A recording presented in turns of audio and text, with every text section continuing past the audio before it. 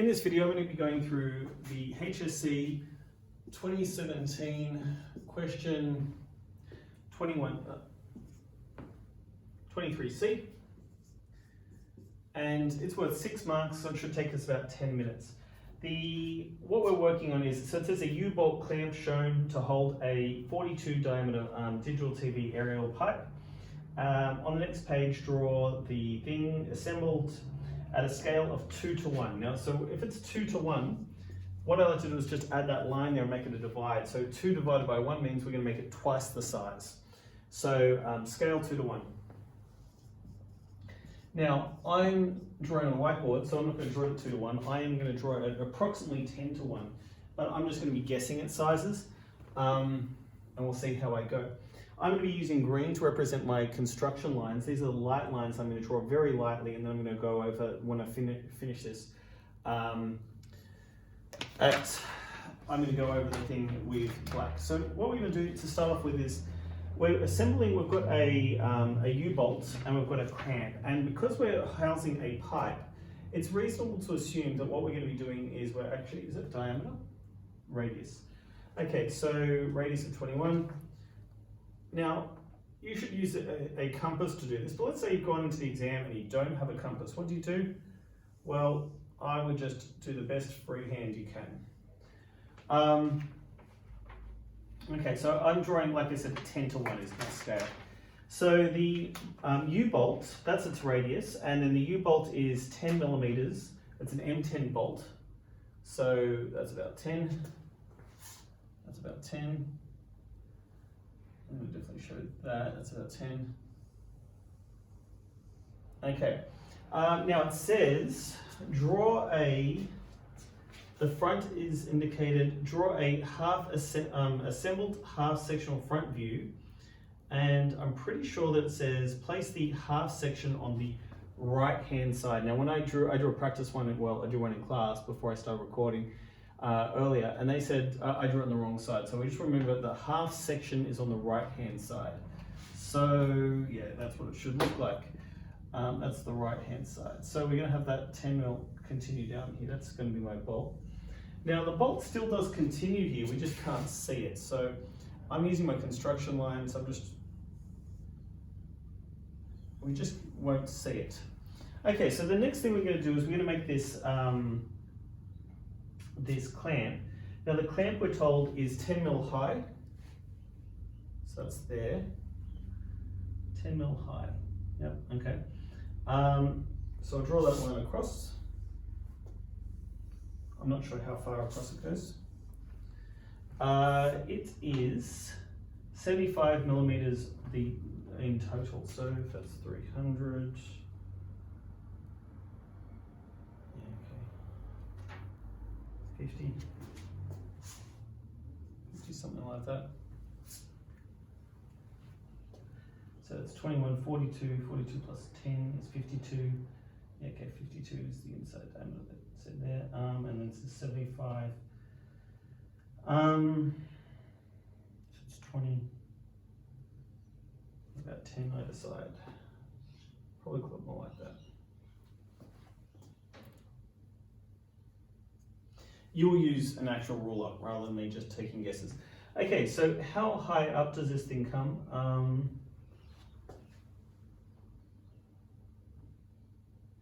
This goes up 10, but I'm just checking my height of the clamp. So how we're working is we're saying this is 32 from the top. Actually, it worked out. There we go. I got lucky. So this is 32 from here. This is 32. And if that's 32, then we work down from 32 from this line. We're going to go to down 100 mil or 10 mil. 10 mil at scale 2 to 1. So that's a radius of 5, which is the same as the 10. And this comes up to 10.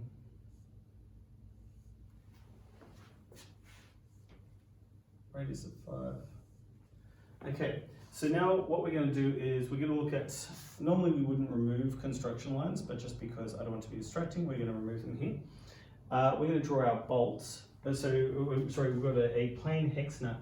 Now, typically, when we're showing any sort of hex nut, we show them with the face facing the front view. So if this is the major diameter, this diameter here is the major diameter, right? The major diameter, and that's the number, because it's an M10 bolt, we know that this is 10, M10, so that's 10 millimeters. What we're going to say is that the face of a hex nut is always 90% of that. So because they've given us a nice even number of 10, 90%, 0.9 times 10 equals 9. I shouldn't have driven that there. And that's my 90%. And then that will give us one face. The thing we need to know is the depth. So the depth of a nut, we say the head of the bolt is 7, the nut is 8. So go there is 8. And then we're going to double this distance, will give us 1.8. So this is 8, and we know that it's 8 because nuts are 0.8 times the major diameter. And give us a bolt. Do the same thing here.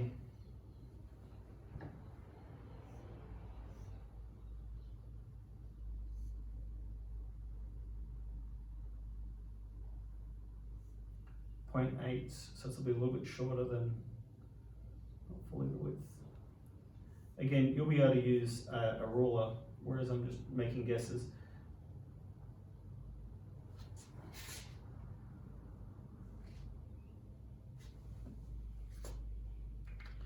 Okay, we're going to show some amount of thread. I'll have to figure out how much thread there is. So from the point where it's bent, the thread goes 50 millimeters down. So we said this is 30 plus 50.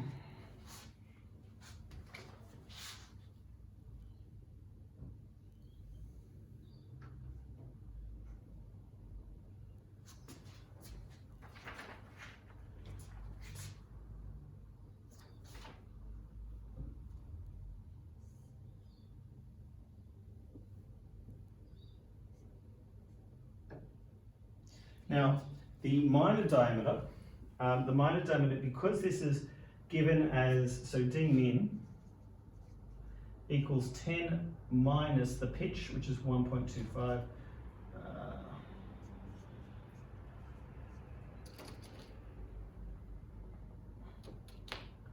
D minus pitch, because it's fine. We know that it's fine because it's a M10 X 1.25. It's got an X, so it's X, therefore it's extra fine, right? So what we're going to get is, that's going to be 8.75. So 8.75 is a little bit bigger than, we said that this face is 9, so it's going to be pretty close to that. This thing at worst is in the middle, the face. So this face represents the hexagon. That's this side of the hexagon. This distance is 1.8D, and this distance is 0.9D. Anyway, so that'll do.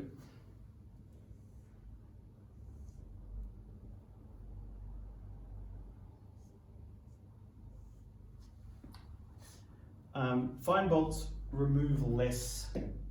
Fine bolts remove less metal. So fine bolts are heavier than coarse bolts. Okay, so we're pretty close to being finished. We need to continue this thread up all the way.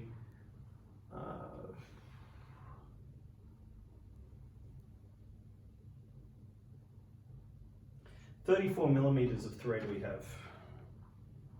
So that plus 4, 2.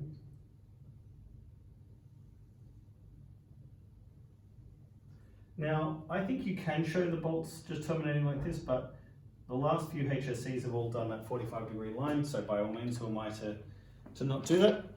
And that looks pretty good. So that's our construction lines. We're now going to go over it and I'll clean up.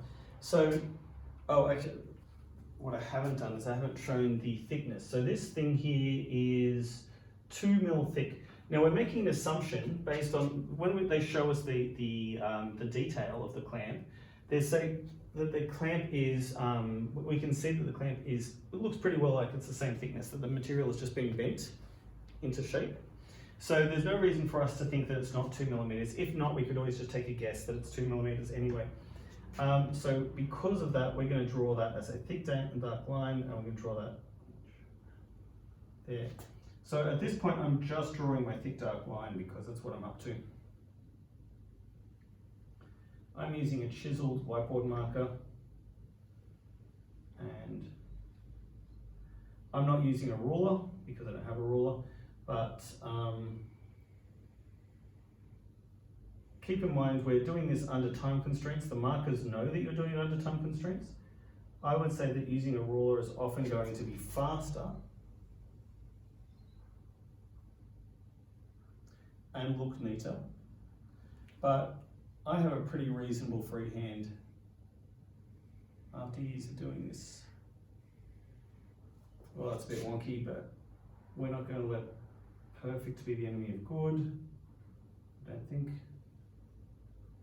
That'll do.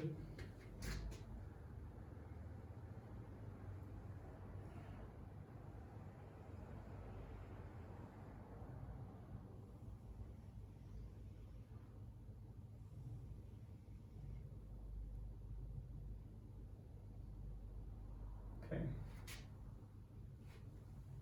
Yeah, it'll do. Okay. So we don't section nuts or the heads of bolts. Threads are always shown like this, whether or not they're sectioned or not. Now I think they should be shown as thick dark lines on the outside and thin dark lines on the inside. So I'm now using the thin point of my chisel tip to get those lines.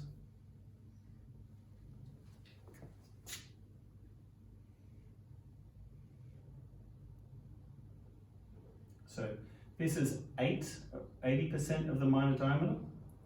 This face here is, of the one side of the hexagon, is 90% of the major diameter, or the number that is written here, that's the major diameter. And that line always has to be between the two threads, the two lines of the thread.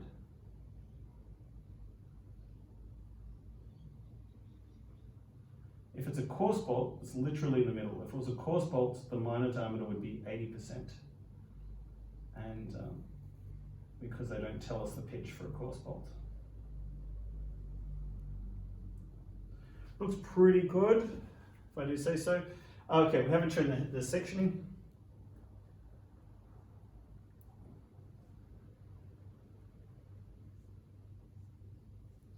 I think these lines should be a little bit thinner than our thick dark lines. Now, it is worth mentioning that we probably should have a, oh, I don't like that one, I'm going to take it out. How I would normally do that is I would use a object of a regular size. Actually, we could even do this. I'm going to redo these just to show you how I can use a ruler to get nice, quick, consistent section lines. Okay, so I've got my set square. Normally I would use the millimeter markings or the 10 millimeter markings, but here what I'm going to do is I'm just going to use that line on the set square because I'm using such a big scale.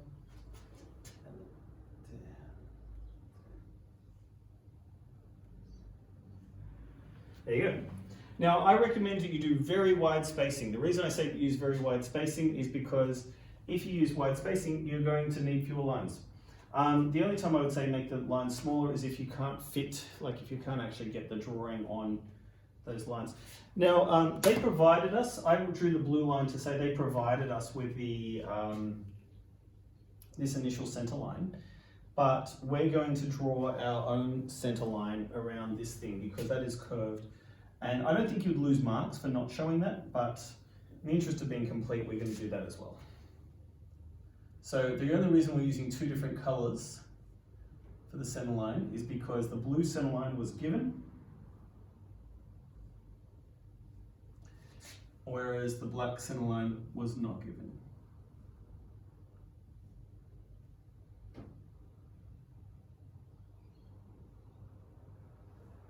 Okay. And I'm pretty happy with that answer. I did have a look at the HSC answer that they provided us with, and I think that just their line spacing here wasn't great, and the light and dark lines were not as clear as I would like. But if we were marking this, they mark holistically, they don't build up by piece. But what I look at, first of all, is the shape even close to being correct? You get 1, maybe even 2 marks for being close to being correct. Let's say 1 mark for just drawing anything. The second mark is for drawing it at a scale of 2 to 1.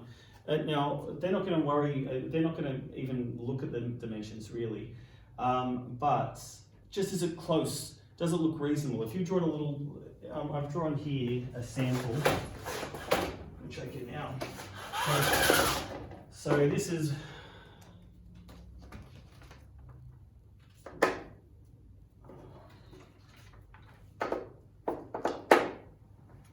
a practice one I did, where I didn't know where to place this thing on the circle. I didn't know where to place my thing initially, and so there is really, we could place it way down here. We'd see that we've got less thread sticking out, but by doing that, we wouldn't have a nice closed fixture for the pipe. So this way, this shows where it would be assembled if the pipe was there. But in this case here, this drawing, it's not the right scale, but it's definitely pretty close in terms of size. If someone just drew, let's say I drew this because I had very little time, and I just drew that, and I drew, if I drew that, I'm thinking you're getting a lot of marks just for drawing that. Even though it's the wrong scale, the picture isn't great, I'm saying that's at least getting half marks. So let's have a look at what else we're getting. So first of all, we're showing that the shape is generally correct. We've understood that there are nuts and bolts. We've shown some thread. Even though I haven't done the Australian standard for the threads there, it's still shown something. I haven't really even shown the thread sticking out. I've shown that I've understood that there's sectioning. I have done a half sectional view with one side. So let's have a look. First of all, just drawing anything, just if you drew that, I would say you get 1 mark just for that. So just draw that here to make it clear. So if you drew this, at least 1 mark, right? Probably 1 mark if it was at that scale. Then the next thing is the scale. The third thing is, did you show, understand this sectioning? I don't think it matters which side. I drew another one over here, which I'll show later. We can compare my answers. The most noteworthy thing is I didn't read that it told you what side to draw on. I think they understand your under exam conditions. So 1, the size, 2, the scale, 3, showing this section. 4, understanding the dimensions and how to draw a nut. So the dimensions, I don't think really matters too much, but they will have a sense of, does it look close? The idea that this square that I'm pointing at here should be a little bit wider than it is deep, because it should be 9 by 8. And then, so then that's a 4th mark. A 5th mark would be this thread. There, that's a mistake. That's a mistake. I shouldn't have drawn that there. Really, I think you probably even get a 2nd mark just for general accuracy rather than, I mean, I would say things like light and dark lines and center lines. I don't think that's really true in 2022 or 2023, that will be the case. I think that light and dark lines are no longer penalized as much as they used to be, not including that center line. I don't think that's an issue. I think that may be something for the dimensions, but I think there's enough, even just understanding the sectioning and the hidden detail and then doing this correctly. Would you lose a mark out of 6 for drawing this line here? I don't think so. I don't think you would lose a mark for that. It's possible, but I think the student has, in the case of that, they would say the student has demonstrated enough understanding that we understand that under exam conditions, these sorts of mistakes happen. So hopefully that's giving you some insight to how to draw this drawing, and yeah, hopefully it's worthwhile.